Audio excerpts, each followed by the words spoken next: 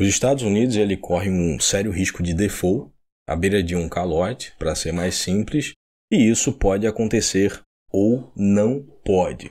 Tá? O Partido Republicano Americano, por exemplo, ele é contra elevar o teto de dívida porque eles alegam, na verdade, que os Estados Unidos já estouraram o teto de dívida há muito tempo. O que é verdade, né? Décadas crescendo a dívida a uma taxa muito barata com o lastro na própria moeda impressa. Tá? E desde 2020 foram imprimidos mais dólares do que em qualquer outro período de décadas atrás. Estamos falando da moeda de reserva do mundo, a moeda de troca, e isso interfere no mundo inteiro, inclusive nós também. No último encontro, inclusive do G7, essa era a maior preocupação, o maior temor do mercado emergente. E mesmo que eleve o teto de dívida, e eu acredito que ele será elevado sim, tá? Não exclui o problema inflacionário que isso acarreta. Pelo contrário, ou seja, eleva o teto de dívida, tome imprimir dinheiro de novo, só prolonga a dor futura, basicamente. O grande temor que isso leva é a quebra de confiança na moeda e nas instituições americanas, tá? O fim de uma ordem mundial. Mas o que será que vem disso? A China? Quem confiaria em qualquer coisa em questão econômica vindo de lá? Eu sinceramente não acredito que uma perca de credibilidade traria o fim da hegemonia do dólar. Agora, em mais de 40 anos, não se tinha uma inflação assim lá.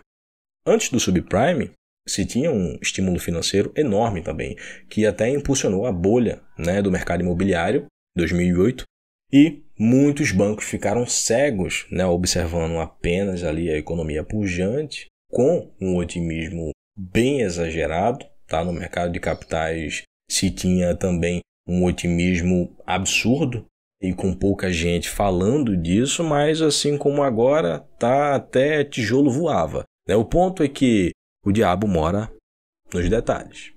Agora, voltando à possibilidade que foi muito noticiada no mercado, se um calote ele fosse dado, seria assim uma quebradeira, muitos peixes boiando, e o mundo ficaria cada vez mais receoso com o dólar.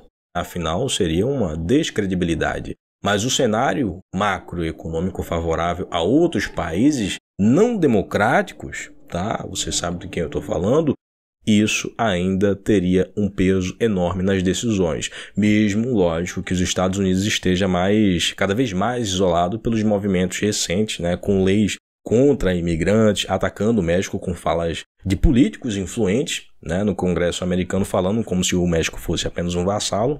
Isso, falando apenas de notícias bem atuais aqui, mas enfim, a gente só está contextualizando, tá? E indo para o lado da moeda agora, o assunto que mais deram ênfase na mídia financeira, há uns dias atrás, foi a grande venda, né, de ativos da Berkshire Hathaway, né, do Warren Buffett. Aí, infelizmente, né, quase nunca o Charlie Munger ele leva ali os créditos, mas enfim, grandes fundos e gestoras de capital estão vendidas, né, na maior parte das suas posições, principalmente risco, tecnologia, né, esperando um agravamento da crise, uma recessão, ou seja, um hard landing, como é chamado, o pouso forçado. O que fica mais evidente é que não tem um grande investidor que não esteja fazendo caixa e tenha diminuído o risco em ativos que só sobreviveram, na verdade, pelo crédito barato. Cresceram assim.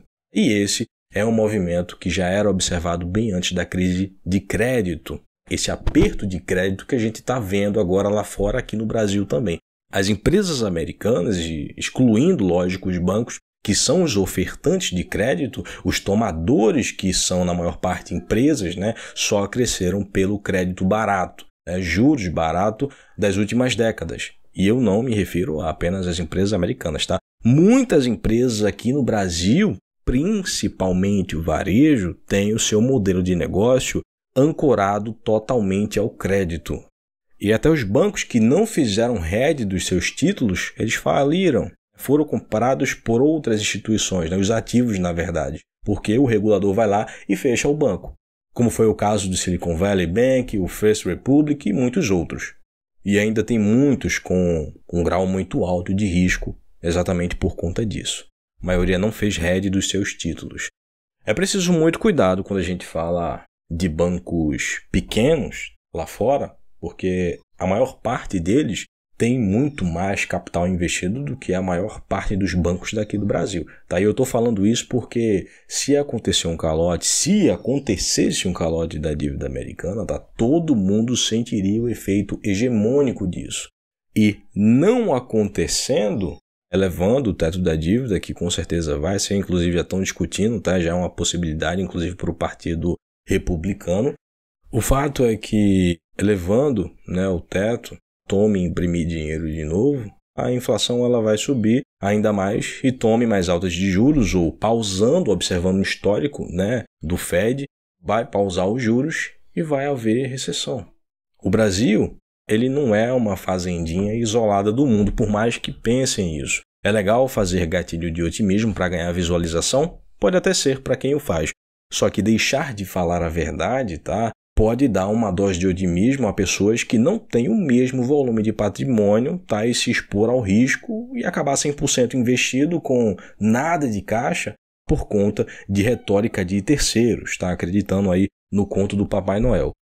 E já entrando nesse assunto, tá? Eu acompanho podcasts ou até mesmo gravações de palestras, né? Eventos, entrevistas, né? De grandes investidores, gestores e muitas vezes até mesmo comentários, que a maior parte do tempo são balela. Mas se você olhar em volta no mercado financeiro brasileiro, não tem um gestor que não diga que está otimista aí com o Brasilzão. O Stuhlberger, por exemplo, que é com certeza uma lenda no mercado financeiro brasileiro, e eu admiro bastante ele, esses dias ele disse que estava vendido em dólar e comprado em Brasil. O dólar estava caindo, inclusive voltou a subir, tá? E eu entendo o contexto de que um cenário onde os emergentes, né, têm perspectivas ruins, o Brasil se sobressai em questão de liquidez, que é injetada no mercado de capitais aqui. Afinal, onde se tem coisa ruim para tudo que é lado, o menos pior se torna mais atrativo. Dependendo, lógico, do prêmio de risco. Mas o Brasil ele não é uma ilha e depende muito da demanda do mercado externo. E essa queda que se deu no dólar aí, esses últimos meses, foi exatamente por conta desse risco de default na dívida americana, que não vai acontecer, o dólar já está subindo de novo. E se os Estados Unidos pegarem uma onda ruim, a China ela vai cair da prancha também. Ou será que o maior mercado consumidor dos produtos chineses vai diminuir a demanda e eles não vão sentir? Digo isso porque empresas importantes canadenses, estadunidenses, europeias têm fábricas também na China. E ela é o ponto-chave em relação ao Brasil, a esse otimismo aí, porque é a maior consumidora das nossas commodities, que são exportadas daqui. E olha que o Brasil nem é tão relevante assim em questão de exportações para lá. Já mostrei até dados aqui, tá? Quando falei sobre esse pessimismo aí de mercado, otimismo também. Por exemplo, será que com o mundo inteiro desacelerando, né, e com perspectivas ruins, o minério ele vai continuar subindo como está acontecendo nesse momento? Com essas perspectivas econômicas ruins, essa demanda ela vai vir de onde? Vai vir de Marte? Eu não me refiro apenas ao minério de ferro, tá? É todo mundo confiante, né, que os juros eles vão cair aqui no Brasil logo logo.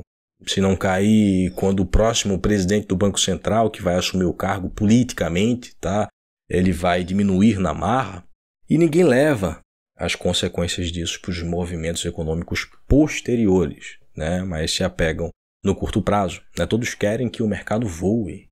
Porque, via de regra, taxa de juros altas, mercado em baixa. Juros caem, mercados decolam. Entenda que essa é uma preocupação isolada de quem investe pensando em curto prazo, para fazer lucro e ter boa performance, né, para os seus cotistas. Mas para o investidor comum que pensa em uma alocação de capital para médio e longo prazo, não faz muito sentido.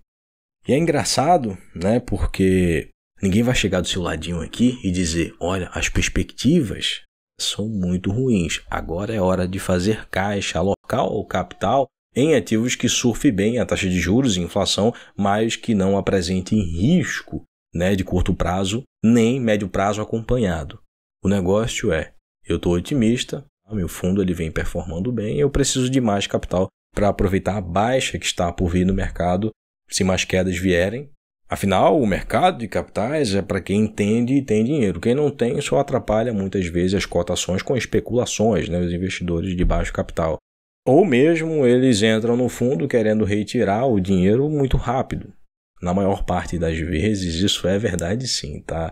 Para quem gosta de fundos, eu não estou falando mal de fundo aqui, tá? Para quem gosta de fundo é um ótimo momento, né? Mas baixas podem vir e é importante sim aproveitar isso. Mas cuidado com o que você escuta para não misturar a estratégia dos outros com a sua. O fato é que o mercado ele se move ou se investe por sentimentos, tá? A economia ela é puramente comportamental e os investimentos principalmente.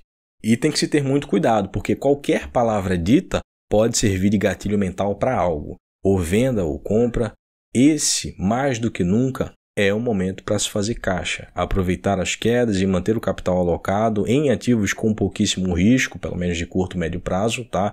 Com uma estratégia que garanta isso e em ações, né, com um modelo de negócios sólidos que não dependa apenas do mercado interno, tá? Do mercado nacional, como maior exposição em vendas, por exemplo, lá para fora. Afinal, esses ativos também estão descontados na bolsa, tá? Inclusive fundos imobiliários, principalmente, também descontados aí. Não tem para que ficar comprando moda ou retórica de ninguém. Não é um fim do mundo, mas é uma crise muito complexa e que pode ser uma das piores já vistas pela quantidade de dinheiro que foi impressa. Por isso, não caia no conto aí do Papai Noel. Aproveitar as oportunidades não significa ficar 100% alocado, sem reserva de emergência, sem o seu caixa pessoal aí diário, tá? Sem caixa estratégico para oportunidades. Isso é ser imprudente e vai, cara, te deixar mais pobre. O que é que você acha disso? Será que eu estou ficando louco? Pragmatismo em excesso? Será que não se deve questionar esses movimentos aí recentes? Deixa a sua opinião aí nos comentários. Diz o que é que você está fazendo nesse momento. Esse é um vídeo da comunidade fechada, mas se você estiver vendo esse vídeo na parte pública, saiba que esses assuntos mais delicados, né, e sugestivos também, eles ficam na parte fechada, tá? Porque eu posso falar mais abertamente, até mesmo o que eu faço nos meus investimentos. Então, considere-se ser membro também. Não esqueça de conferir as melhores planilhas de investimentos para o controle do seu patrimônio de maneira pessoal, tá? Sem ser de aplicativo. E, claro, te auxilia na declaração de imposto de renda e pagamento de DAF, tá? Para quem precisa fazer pagamento mensal. Tudo isso em um só lugar. Tem uma também que mostra a variação do seu patrimônio em tempo real com a bolsa, na questão dos seus ativos variáveis. Um grande abraço. Espero, sinceramente, ter agregado com mais informações e insights. Valeu! E até a próxima.